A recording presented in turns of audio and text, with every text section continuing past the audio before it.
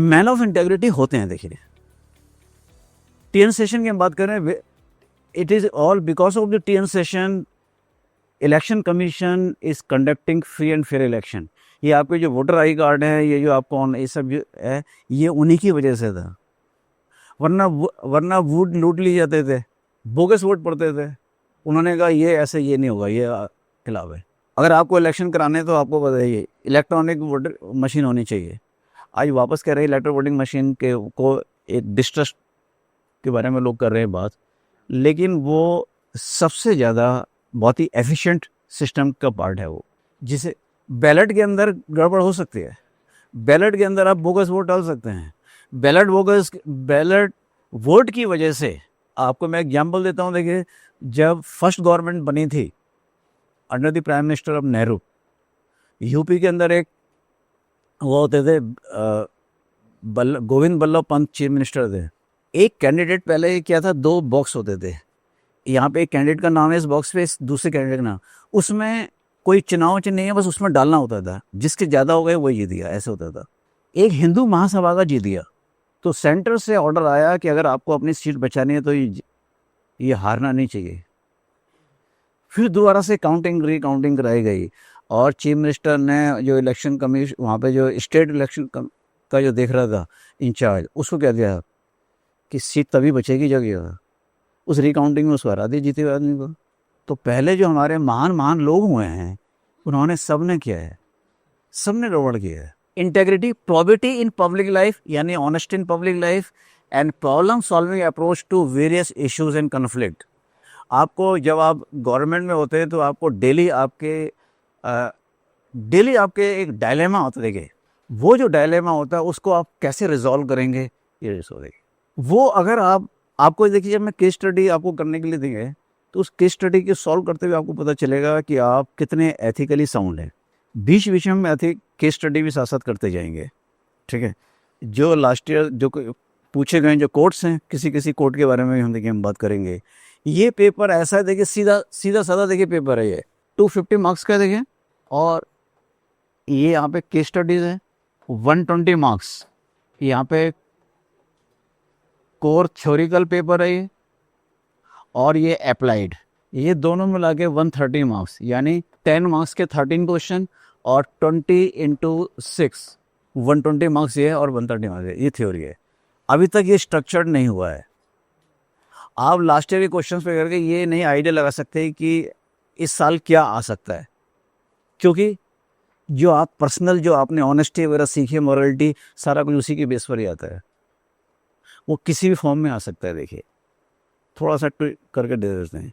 आप पॉलिटी में इकोनॉमिक्स के अंदर ट्रेंड्स एनालिसिस कर सकते हैं, इसमें एनालिसिस नहीं कर सकते।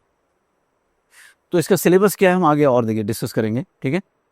अब देखिए जरा समझ से देखिए easiest paper less time consuming. इस पेपर में आपको बहुत ज़्यादा टाइम लगाने की जरूरत नहीं होगी। देखिए कम टाइम में आप इसकी तैयारी कर सकते हैं, ठीक है। But not easy to write ethically right appropriate answer. जो चीज़ जितनी ज़्यादा सिंपल होती है उससे उतनी ज़्यादा मुश्किल होता है उसके के बारे में बात करना, लिखना। अभी आपसे कह दिया जाए कि आपके लिए फैमिली कितना मैटर करती है, आपके लिए लिखना मुश्किल हो जाएगा। आप यूपीएससी तैयारी क्यों कर रहे हैं, लिखना मुश्किल हो जाएगा, क्योंकि सिंपल उसके लिए आपको एथिकली बहुत ही अप्रोप्रिएट अंदर की जब आप डीपली किसी चीज़ को सोचते हैं तब आपका देखिए नेचुरल आंसर निकलता है।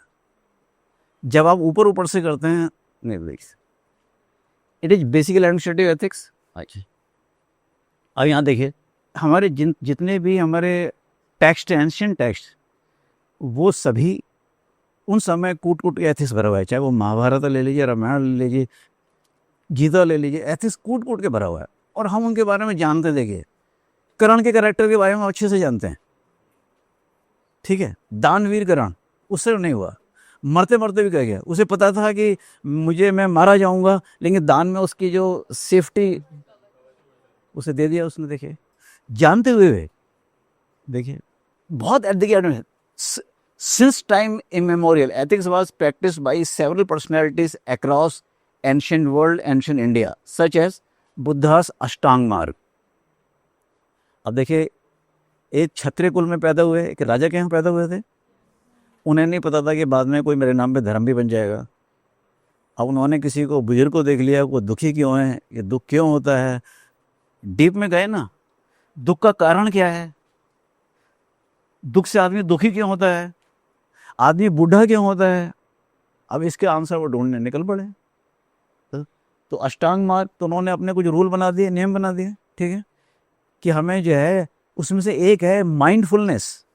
माइंडफुलनेस का क्या मतलब हुआ कि वर्तमान में रहो, लेकिन हमारा सबकॉन्शियस माइंड हमें घुमाता रहता है, कहाँ कहाँ पहुँचा देता है। आप कई बार क्लास में, जरूरी नहीं मेरी क्लास हो, किसी और की क्लास भी हो, फिजिकली यहाँ होते हैं, मेंटली कहीं और होते हैं। That is not mindfulness. Physically है but mentally somewhere else. It means you are not concentrating. तो ये कहते हैं सम्यक दृष्टि रखिए, जो वर्तमान में चल रहा उसी पे ध्यान दीजिए, पीछे में घूमते रहोगे यू आर वेस्टिंग। ये बात ओशो ने भी कह दी, माइंडफुलनेस। अब देखिए ओशो, जिसे लोगों ने बड़ा अंडर एस्टिमेट करके रखा, लेकिन वो अपनी आगे की सोच का व्यक्ति था। आज ओशो को पढ़ पढ़ के सारे जो धर्म गुरु हैं वो उपदेश दे रहे हैं। देखें, अशोकास रियलाइजेशन आफ्टर कलिंग वार। कलिंग वार हो गया, उसने रियलाइज किया कि नहीं, जब इसको रियलाइजेशन हुआ, मौर्य साम्राज्य डाउन होना शुरू हो गया। और राजा लड़ेगा नहीं तो कैसे उसका साम्राज्य बचेगा। गांधी जी अहिंसा हिंसा कह गए, क्या वो डिवीजन रोक पाए आपको? अगर महाभारत अहिंसा से लड़ा जा सकता था, कई बार आपको सरवाइव करने के लिए भी एग्रेसिव होना पड़ता है। इजराइल बिना एग्रेसिव के बच सकता है? चारों तरफ उसे अब तक कब तक खत्म कर चुके होते। Some time aggression is the best policy. तो धर्म की रक्षा के लिए कृष्ण जी ने कहा कि भाई ये तो तुझे करना पड़ेगा, रहने दे। और ऐसे ही देखिए चंद्रगुप्त मौर्य भी परेशान हो गए। देखे तो कौटिल्य के उसके पास गए, अपने गुरु के पास, कि गुरु जी क्या कर रहे हो आप, तो इतनी मारकाट क्या करा है यार, मैं तो परेशान हो गया। आप तो, आपकी तो कुटिलता मुझे समझ ही नहीं आ रही। आप क्या, मैं किसी से वादा करता हूँ, आप कहते हैं मैंने तो वादा किया नहीं, और उसको आप कर देते हैं। उन्होंने कहा अखंड भारत के साथ कोई समझौता नहीं होगा, जो अखंड भारत के रास्ते में आएगा उसे रास्ते से हटाना जरूरी होगा। और अगर तुझे लगता है कि तू मेरे अखंड भारत में मेरा साथ नहीं हो सकता, तू जाना है तो जा सकता है। अगर मेरी शिक्षा में ताकत होगी, मैं और तेरे जैसे चंद्रगुप्त खड़ा कर लूँगा। अखंड भारत वहीं से स्टार्ट हुआ, सपना मेरा। और अशोक ने आकर के इसको रियलाइजेशन हो गया, गड़बड़ हो गई। उसके बाद कुछ बचा ही नहीं है, वो बौद्ध धर्म में फैला गया। अच्छा, virtue ethics by Greek scholars like Aristotle, Socrates, ठीक है। गोल्डन रूल ऑफ कन्फ्यूशियस, ये एक चाइनीज स्कॉलर हुए हैं, कि हमें दूसरे के साथ वैसा ही व्यवहार करना चाहिए जैसा हम अपने लिए चाहते हैं। गोल्डन रूल है ना, देखिए, हमें दूसरे के साथ वैसा ही व्यवहार करना चाहिए जैसा हम चाहते हैं कि लोग हम अगर हम इज्जत चाहते हैं तो हमें दूसरे को इज्जत देनी पड़ेगी, ठीक है। तो ये सारी चीज़ें आपने पढ़ी हैं, बुक्स में भी पढ़ी हैं, आपने जातक कथाएं भी पढ़ी होगी। आपने एक टेल्स हैं जिसमें प्यासा कौवा, थर्स्टी क्रो, ग्रीडी डॉग, उस सब में मॉरलिटी है ना, देखिए एथिक्स है ना। जो आपने 7 ईयर्स से लेके 11 ईयर्स तक की एज में जो कुछ सीख लिया, वो परमानेंटली यहाँ पर बैठा है, नेगेटिव पॉजिटिव दोनों। इसके बाद में और धारण करना उतना आसान नहीं है, चेंज लाना आसान नहीं है। बट क्योंकि हमारा मैच्योर माइंड है, हम हार्ड वर्क करके कर सकते हैं, अपने अंदर बदलाव ला सकते हैं। देखिए, चलिए और आगे चलते देखिए। बट इतनी सब होने के बाद in today's time ethics become a more important. Why? देखिए, more relevant after industrial revolution, man became greedy. आदमी लालची हो गया है। लालची हो गया है तो फिर एथिक्स की ज़्यादा जरूरत पड़ेगी। ग्रीडी होने की वजह से एनवायरनमेंट को नुकसान पहुंच रहा है। जितना ज़्यादा कंजम्पशन करेगा उतनी ज़्यादा डिमांड बढ़ेगी। सप्लाई करने के लिए आपको इंडस्ट्रियलाइजेशन करना पड़ेगा। इंडस्ट्रियलाइजेशन करेंगे तो एनवायरनमेंट को नुकसान होगा। That is why sustainable growth की कंसेप्ट सामने आया है, ठीक है। Man became greedy. हम एक्सप्लॉइट करते हैं। हर कोई ये चाहता है कि मैं जो मेहनत कर रहा हूँ उसे ज़्यादा से ज़्यादा पैसा मुझे मिले। लेकिन जब हम हमारे घर में काम कर रहे होते हैं, हम उनके साथ कितनी कंजूसी करते हैं, कितनी बार्गेन करते हैं। कोई कूड़े उठाने वाला अगर कहे कि नहीं ये अब मैं 10 रुपये और बढ़ा रहा हूँ, 20 रुपये और बढ़ा रहा हूँ, 100 से 150 कर रहा हूँ, या 50 से 100 कर रहा हूँ, या 70 कर रहा हूँ, हम उसके ऊपर चढ़ बैठते हैं और हमें अपनी मेहनत लगता है कि हमें तो हम ज़्यादा चाहते हैं, ग्रीड देखे है ना। Started exploiting the nature after industrial revolution. अब जितनी भी बातें हो रही हैं देखिए, ओजोन लेयर, ये लेयर, वो सब चेंज हो रहा है। देखिए बारिशें हो रही हैं, देखिए आज इस बार कितनी बारिश हुई है पूरे देश के अंदर। उत्तराखंड में देखिए, शिमला में देखिए, क्या है, ये सब चेंज हो रहा है देखिए, ठीक है। कॉलोनाइजेशन एंड इम्पीरियलिज्म, जब ये रिवॉल्यूशन हुआ, इंडस्ट्रियल रिवॉल्यूशन हुआ, तो ब्रिटेन ने क्या करा देखिए, अपनी मार्केट ढूंढना शुरू कर दिया, उसने कॉलोनाइज करना शुरू कर दिया। और हम देखिए इतने 30 मार खा लोग, कोई अपनी मूछों पे ताव दे रहा है राजपूत, कोई जाट कह रहा है मैं बड़ा वो हूँ, मराठा कहते हैं हम बड़े लड़ाके हुए होते हैं। लेकिन अंग्रेजों ने सबको गुलाम बना दिया। जितने हम 30 मार खाए हमारे देश के अंदर, सारे सरब गुलाम बन गए देखिए। सिखों को भी गुलाम बना दिया देखिए उन्होंने। कितना हमने दिमाग लाया हो इसका देखिए। इसका मतलब दिमाग में ज़्यादा ताकत है। जिम जाने से बेटर है अपना दिमाग ज़्यादा बेटर करो। अच्छा, child labour and bonded labour, ये इंडस्ट्रियल रिवॉल्यूशन के बाद ही ये प्रॉब्लम स्टार्ट हुई है देखिए। चाइल्ड लेबर, बॉन्डेड लेबर, अभी भी हमारे देश में कानून बनने के बाद भी दुनिया में सबसे ज़्यादा चाइल्ड लेबर है। बॉन्डेड लेबर खत्म नहीं हुई है, बताते देखिए आपको। किसी ना किसी फॉर्म में हमारे यहाँ दास प्रथा रही है, किसी न किसी फॉर्म के अंदर। जातियों में समाज बटा हुआ था, जिसकी वजह से हम गुलाम भी हो गए देखिए, ठीक है। ये अच्छा है कि जो जैन जी है, ये जैन जी, ये उतना कास्ट सिस्टम है उतना वो नहीं करती है, लेकिन जरूरत पड़ने पे करती भी है। जब आप रिश्ता करने जाएंगे तो जाति तो देखेंगे, कास्ट सिस्टम तो काम करता है देखिए।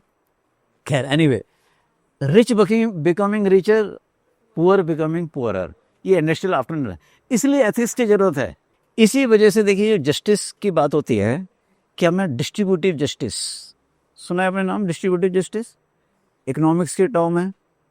डिस्ट्रीब्यूटिव जस्टिस कि अमीरों से पैसा लेके टैक्स लगा के गरीबों पे खर्च करना, PDS system part of distributive justice. प्रधानमंत्री Awas Yojana part of distributive justice. Maharashtra से गवर्नमेंट को, सेंट्रल गवर्नमेंट को सबसे ज़्यादा इनकम होती होगी डायरेक्ट टैक्स की वजह से और दूसरी वजह से जीएसटी वगैरह में।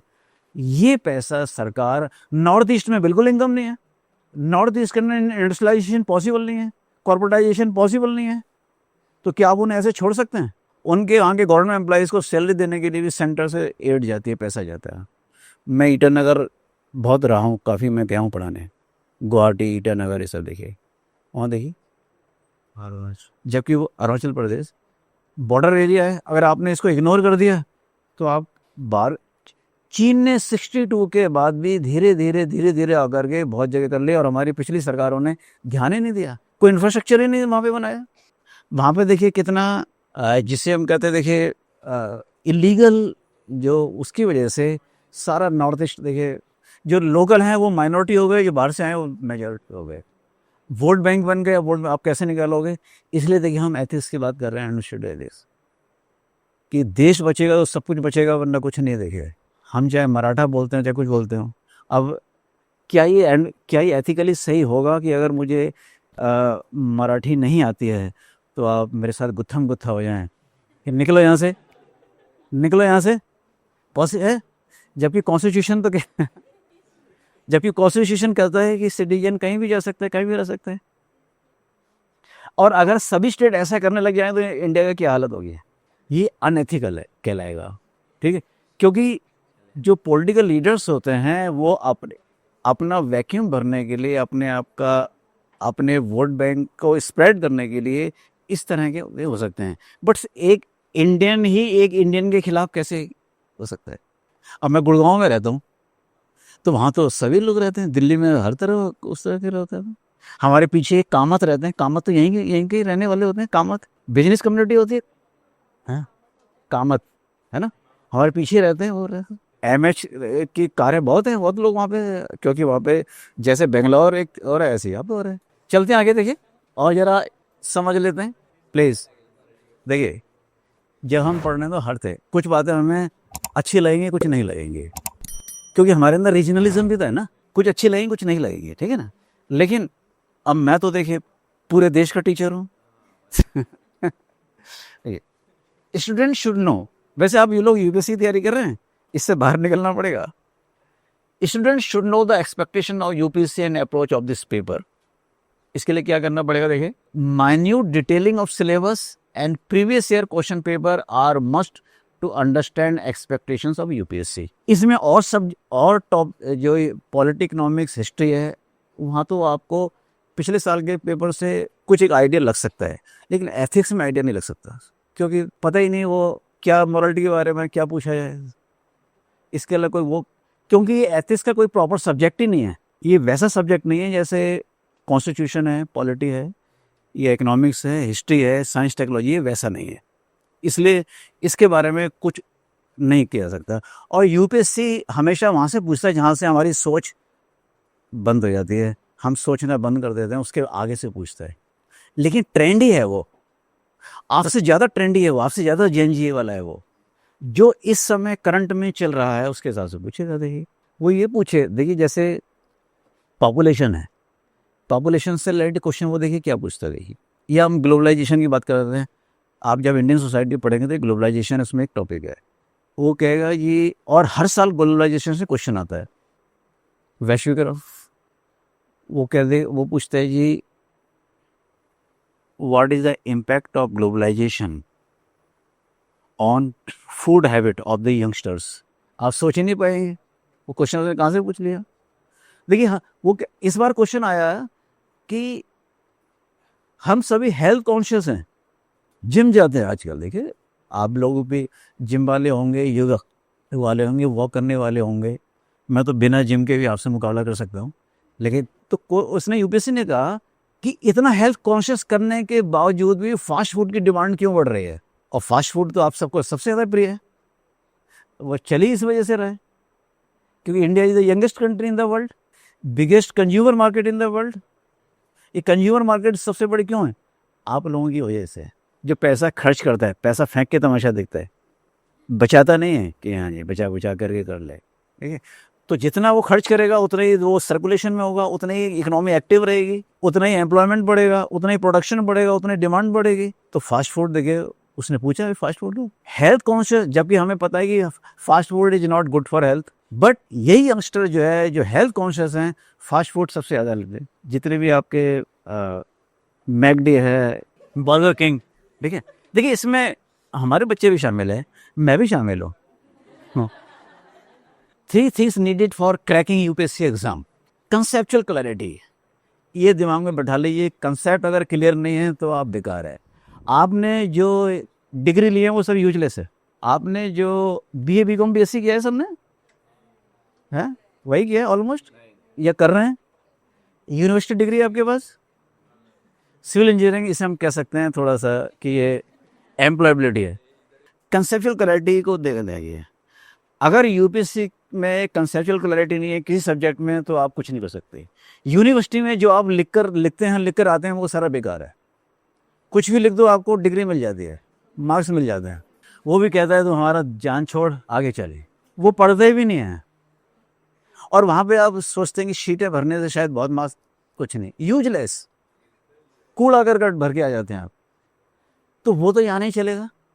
लेकिन आपको हैबिट है, जो आपने 15 साल आपने अपनी हैबिट की है, आपने बोर्ड में, यूनिवर्सिटी में जो आपका राइटिंग स्टाइल है वो यहाँ बिल्कुल काम नहीं करेगा, आपको बताते हैं। देखिए, और आपको हैबिट, मेंटल कंडीशनिंग जब हो चुकी है वो, तो आप इसमें क्वालिटी आंसर कैसे लिखेंगे?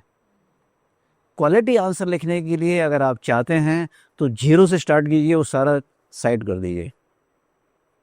इसके यूपीएससी की रिक्वायरमेंट को समझिए, टू द पॉइंट चाहिए, लिमिटेड वर्ड्स हैं, लिमिटेड स्पेस है, आपको एक्स्ट्रा शीट नहीं मिलेगी, उसी स्पेस में आपको पूरा आंसर लिखना है। अब क्वेश्चन भी इतना ट्विस्टेड होता है, समटाइम्स क्वेश्चन समझ में नहीं आता। जैसे for example, without social justice democracy has no meaning. Question है, दमदार है। तो हम अब विदाउट सोशल जस्टिस और हम डेमोक्रेसी बात कर रहे हैं, तो मैं डेमोक्रेसी की तरफ हमारा माइंड एकदम अट्रैक्ट हो जाता है। We start writing about democracy. Question की रिक्वायरमेंट कुछ और है, हम लिख कुछ और रहे हैं, और फिर कहते हैं मार्क्स हैं। देखिए इसका मतलब देखिए ये भी नहीं है कि जो सिलेक्ट हुए हैं वो आपसे ज़्यादा इंटेलिजेंट है, ऐसा बिल्कुल नहीं है। और जो सिलेक्ट नहीं हुए वो नालायक हैं, बिल्कुल नहीं है, ऐसा बिल्कुल नहीं है। देखिए बस ये है कि स्ट्रेटजी का फ़र्क है, राइटिंग प्रैक्टिस का फ़र्क है। अगर यूपीएससी में आपको कामयाब होना है तो आपको डेली राइटिंग प्रैक्टिस करनी पड़ेगी। स्टार्ट कीजिए 50 वर्ड से, 100 वर्ड से, 1 पेज से, 2 पेज से कीजिए। धीरे धीरे धीरे धीरे आपको रिलेवेंट होना चाहिए, टू द पॉइंट होना चाहिए, क्वेश्चन की डिमांड के हिसाब से होना चाहिए। ठीक है, तो कंसेप्चुअल क्लैरिटी, अभी हमने एडमिनिस्ट्रेटिव एथिक्स के कंसेप्ट समझे कि हाउ नेक्सस इज वर्किंग, कैसे अगर कोई एम्प्लॉय लेट पहुंच रहा है अनएथिकल है। अब तो आजकल तो वो लग गया है अंगूठा लगना, उंगली का निशान लगता है। ठीक है, जा करके फिर वो बाहर चले जाता है, अनएथिकल है कि मैं आ गया टाइम से। पहले जो मैनुअल होता था उसके अंदर तो फ़ोन कर दिया कि मैं अपने रिलेटिव को स्टेशन से लेने जा रहा हूँ और दोपहर में पहुँच रहा है और अटेंडेंस मॉर्निंग से लगी हुई है। इस तरह चलता था आपस में, तू मेरी कमर खुजा मैं तेरी कमर खुजाऊँ, आपस में मिल करके चलता था। ठीक है, you scratch my back I will scratch your back, तो इसे कहते हैं क्विड प्रो को, ये उसी तरह देखिए। ठीक है, अच्छा मेंटल मैच्योरिटी, यहाँ पे सेकेंड देखिए मेंटल मैच्योरिटी। मेंटल मैच्योरिटी आपको जितना ज़्यादा आप पढ़ेंगे, जितना ज़्यादा रीड करेंगे आएगी। अगर आप लक्ष्मीकांत को 3 बार 4 बार पढ़ लीजिए, आपका दिमाग एनालिसिस करना शुरू कर देगा, करने लगेगा ना। देखिए, और हम देखिए जिस हिसाब से हम बात कर रहे हैं, अगर टीचर आपको एग्जाम्पल के साथ करे तो आपको कंसेप्चुअल क्लैरिटी होनी शुरू हो जाती है। बिना एग्जाम्पल के माइंड एक्सेप्ट नहीं कर पाता। अगर आप अपने आप बुक्स पढ़ना शुरू कर दें, आपको बहुत जल्दी बात नहीं बनेगी। क्लासरूम टीचिंग इसलिए है, लेकिन ये भी ध्यान रखिए, क्लासरूम टीचिंग कोई गारंटी नहीं है कि आप बन जाएंगे। मैं फिर आपको ये एक बिटर ट्रूथ है, क्लासरूम टीचिंग जो है वो कंसेप्चुअल क्लैरिटी के लिए है, आपको अंडरस्टैंडिंग के लिए है। आपकी अपनी मेहनत ही आपको आईएएस ऑफिसर बनाएगी। मैं भी नहीं बना सकता आपको, मैं सिर्फ आपको गाइड कर सकता हूँ। सचिन तेंदुलकर के जो कोच है उसने सिर्फ गाइड किया था, प्रेजेंस ऑफ माइंड उसने वहाँ पे कैसे खेलना है उसने लगाया। उसने कितने लोगों को उनके कोच ने ट्रेंड किया होगा, लेकिन अगर सचिन तेंदुलकर या विनोद कांबली या कुछ और थोड़े बहुत नाम हैं वही है, सब तो नहीं बन सकते। वैसे ही देखिए, ये देखिए इसके अंदर आपकी अपनी जो डीप, जब आप यू आर इनटू इट, जब आप इसके अंदर, जब आपके अंदर बुखार आ जाता है किसी चीज़ को करने का, जब आपको उसके सपने आने लग जाते हैं, तब आप समझिए सही ट्रैक पर हैं, नहीं तो नहीं है। ये विवेकानंद ने कहा था कि अगर आपको सफल होना है तो उसके सपने लीजिए, एक फोकस, अपने एक ऑब्जेक्टिव को फोकस कीजिए, उसमें किसी और को बीच में मत आने दीजिए। बीच में रुकावटें आएंगी, उन रुकावटों को हटाते जाइए, लेकिन उसी में रहिए। आपको उठते बैठते खाते पीते सिर्फ उसी के बारे में सोचना है कि मुझे यूपीएससी में ये एथिक्स मैंने ये पढ़ा, ये एनालाइज करते रहना चाहिए, तब आप चलाएं। फिर आपको माइंड अपने आप चलने लगेगा, फिर आपको किसी की हेल्प की जरूरत नहीं पड़ेगी, किसी और की स्ट्रेटेजी आपके काम नहीं आएगी। आपको अपनी खुद की स्ट्रेटेजी बनानी पड़ेगी, क्योंकि आपका अपना टेम्परामेंट अलग है, अपना नेचर अलग है, अपनी आपकी फैमिली फाइनेंशियल बैकग्राउंड डिफरेंट है, सोशल बैकग्राउंड डिफरेंट है। आपको अपनी स्टडी बनानी पड़ेगी। ठीक है, कम्युनिकेशन स्किल वेरी इंपॉर्टेंट। आपकी सर्वाइव आपका ये 50% मार्क्स करेगी। ये कम्युनिकेशन स्किल मैंने अपनी तरफ से लिखा है, क्योंकि यूपीएससी में कम्युनिकेशन ये सब नहीं सिखाया जाता, ना बात किया दे। मैं कम्युनिकेशन का टीचर रहा हूँ। If you are good communicator, you will be a good achiever in the life. You have to be tactful. If you are not good communicator, you will be an average achiever in the life. When you are writing an answer, your idea should flow from one sentence to another. Your sentences should be interconnected. Your paragraph should be interconnected. ऐसा नहीं होना चाहिए कि एक sentence कुछ कह रहा है, एक और बात कर रहा है, पैराग्राफ कुछ और कह रहा है, कुछ कह रहा है। नो, ये सब इंटरकनेक्ट होना चाहिए। छोटे छोटे सेंटेंस बनाते जाइए। कई बार क्योंकि हमें राइटिंग प्रैक्टिस नहीं होती, तो हमारा 1 पैराग्राफ इक्वल टू 1 सेंटेंस। आप सोचिए कि अगर वो कोई और लिखे और आप पढ़ें तो आप बोर हो जाएंगे। When you are writing answer, you are presenting yourself in proxy. जो एग्जामिनर है उसको इम्प्रेस करके आपने मार्क्स खींचने हैं उससे। ये बिना राइटिंग प्रैक्टिस के नहीं आएगा। देखिए, पढ़ते सभी एक जैसा हैं, सभी जो कॉमन बुक्स हैं वो सब वही पढ़ रहे हैं, सभी क्लासरूम के अंदर आते हैं, सबको एक जैसा ज्ञान मिल रहा है, नॉलेज मिल रही है। लेकिन जो राइटिंग प्रैक्टिस करते हैं, जो सीरियसली अपने काम में लगे रहते हैं, वही आगे जाते हैं, बाकी नहीं आते। जो सक्सेसफुल होते हैं, जो नहीं होते, उनमें अगर कोई डिफरेंस है तो राइटिंग प्रैक्टिस का है, याद रखिए, कम्युनिकेशन स्किल का है। वो आपको मार्क्स देने के लिए तैयार बैठा है, लेकिन आपको आपको उसकी साइकोलॉजी के साथ खेलना है। अगर अगर आपका आंसर प्रेजेंटेबल नहीं है, कितना भी अच्छा कंटेंट होगा बेकार है। अगर आप नहीं जानते कि कहाँ पे पैराग्राफिंग करनी है, कहाँ पे आपको सब पैराग्राफ करना है, मार्जिन से कितनी जगह छोड़नी है, क्या करना है, मार्क्स नहीं मिल पाएंगे। आई कैचिंग होना चाहिए। देखिए, no ornamental language required in answer writing. कोई विश्लेषण, एडवर्ब और ये सब नहीं चाहिए, सिर्फ सिंपल अपनी बात कहते चले जाइए। ठीक है, चलिए और आगे चलते हैं। देखिए, scoring in ethics paper is game of keywords. Keywords general समझते हैं, लाइक पॉलिटी। पॉलिटी में कीवर्ड बताइए जरा, बताइए एक एक करके बताओ, शाबाश। कॉन्स्टिट्यूशन मॉरलिटी, ठीक है, बिल्कुल सही है। और बताइए, हाँ बताओ, आपने पॉलिटी पढ़ी हुई है, घबराइए मत। अगर मैं क्वेश्चन पूछना नहीं आता कोई बात नहीं, but try to give answer. Rule of law, बिल्कुल ठीक है। कॉम्पिटिटिव फेडरलिज्म, फिस्कल फेडरलिज्म, ठीक है ना। बेसिक स्ट्रक्चर, ये सब आपने पढ़ा है ना। देखिए, कीवर्ड्स हैं, इन कीवर्ड्स की लिस्ट बना लीजिए, ये आपकी वोकेबलरी का पार्ट होना चाहिए। वन वर्ड इक्वल टू होता है ना, तो ये कीवर्ड आपके वो बच जाएंगे और एग्जामिनर को समझ में आता है कि क्या मतलब है क्वेश्चन मॉरलिटी, यहाँ पे फिट हो रहा है नहीं हो रहा है। जब आप इसके कंसेप्ट को अगर जानते हैं तो अपने आप आपकी वोकेबलरी का हिस्सा बनेगा। सिमिलरली इकोनॉमिक्स के अंदर भी होते हैं कीवर्ड, होता है ना, जैसे जेंडर बजटिंग, ग्रीन बजट, ठीक है, फाइनेंशियल इंक्लूजन, सस्टेनेबल ग्रोथ, ये सब कीवर्ड्स हैं। इंक्लूसिव ग्रोथ क्या होती है, इससे बात तो नहीं बनेगी यूपीएससी में इतने से। खैर, कंसेप्ट समझ में कुछ है कि वो कीवर्ड है। ऐसी तरह एथिक्स के अंदर भी कीवर्ड है जिसकी आपको लिस्ट बना लीजिए आप। Probability in life, corruption, what is the ill effect of corruption, how to tackle corruption, utilization of public fund, keywords हैं। देखिए, कर दीजिए, ठीक है। अकाउंटेबिलिटी, ट्रांसपेरेंसी, ऐसे आपको इसमें कीवर्ड्स हैं। और उनके अगर मीनिंग आपको समझ में आ गए और करके अपने आप क्वेश्चन भी बना सकते हैं। What is empathy, how is different from compassion, what is the difference between, ये इसी तरह क्वेश्चन आते हैं। देखिए, सिंपल है। सिंपैथी, देखिए एपैथी, सिंपैथी, एम्पैथी, कंपैशन, एक एक स्टेप आगे बढ़ रहा है। देखिए सर, ठीक है, ये keywords. Paper 4 requires the application of common sense while keeping ethical principles in mind. Common sense, कोई इसके अंदर रॉकेट साइंस नहीं है, पूरा यूपीएससी में रॉकेट साइंस नहीं है, बहुत इजी है। देखिए, जनरल नॉलेज है, बस उसको एनालिसिस करने आना चाहिए, बस वही है। समथिंग और एवरीथिंग, एवरीथिंग और समथिंग। पढ़ना बहुत पड़ता है, डीप में जाना पड़ता है। जब आप समुद्र मंथन करते हैं तभी तो मिलेगा ना, बिना डीप में जाए तो कुछ नहीं मिलेगा। अगर आप किनारे पे खड़े होगे स्विमिंग सीख सकते हैं? नो, डीप में जाना पड़ेगा। मेरी कोशिश होगी, क्या कोशिश होगी मेरी, बताओ, कि मैं आपको गहरे पानी में डाल दूं, डूबने भी ना दूं, लेकिन जब तक आप तैर ना जाओ तब तक आने भी ना दूं बाहर। भाई मैं तो, ठीक है ना, मेरा तो एक टीचर हूँ ना मैं तो, मेरी तो कोशिश होगी। तो जितना आप मेरे साथ, हम आपस में कोऑपरेट करेंगे, समझने की कोशिश करेंगे, उतना आपको फायदा है। और देखिए, it is design in such a way to evaluate the ethical competency but the not the knowledge about ethics.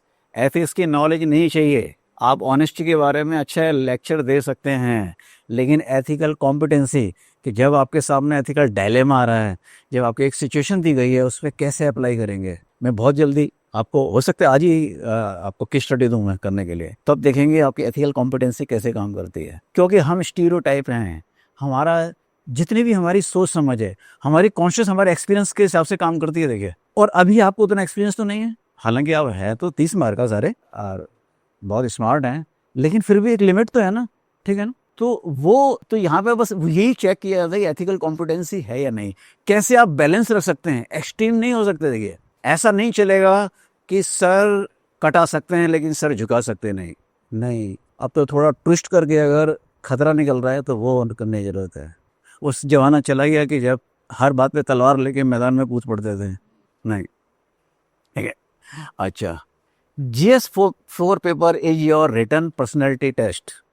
ये आपका पर्सनैलिटी टेस्ट होगा, ये आप एग्जाम देंगे, क्योंकि इस पर्सनैलिटी टेस्ट के बाद ही आपका रियल टेस्ट, तो बाद, ओरल पर्सनैलिटी टेस्ट का नंबर बाद में आएगा, पहले आपको एग्ज़ाम क्लियर करना पड़ेगा। प्रीलिम कर, देखिए प्रीलिम क्लियर करना भी एक अपना में एक, ठीक है, एक अचीवमेंट कह सकते हैं आप। देखिए, इसके बाद जो रिटन एग्ज़ाम है वो अब उसमें मेरिट का मामला है, लाखों लोग बैठते हैं, पॉइंट्स पॉइंट्स पॉइंट्स के अंदर देखिए खेल है सारा, उसमें आप कैसे बाजी मारते हैं डिपेंड करता है। देखिए ये आपका written test, while interview is your verbal और ओरल पर्सनैलिटी टेस्ट। इसमें देखिए एथिक्स पेपर में 80 मार्क्स से लेकर के 120 130 तक आ सकते हैं, रेंज बहुत है। पॉलिटी इकोनॉमिक्स के अंदर बहुत ज़्यादा फर्क नहीं पड़ता है, सबके ऑलमोस्ट एवरेज मार्क्स आते हैं। और इसलिए ये पेपर स्कोरिंग है, ऐसे ये और देखिए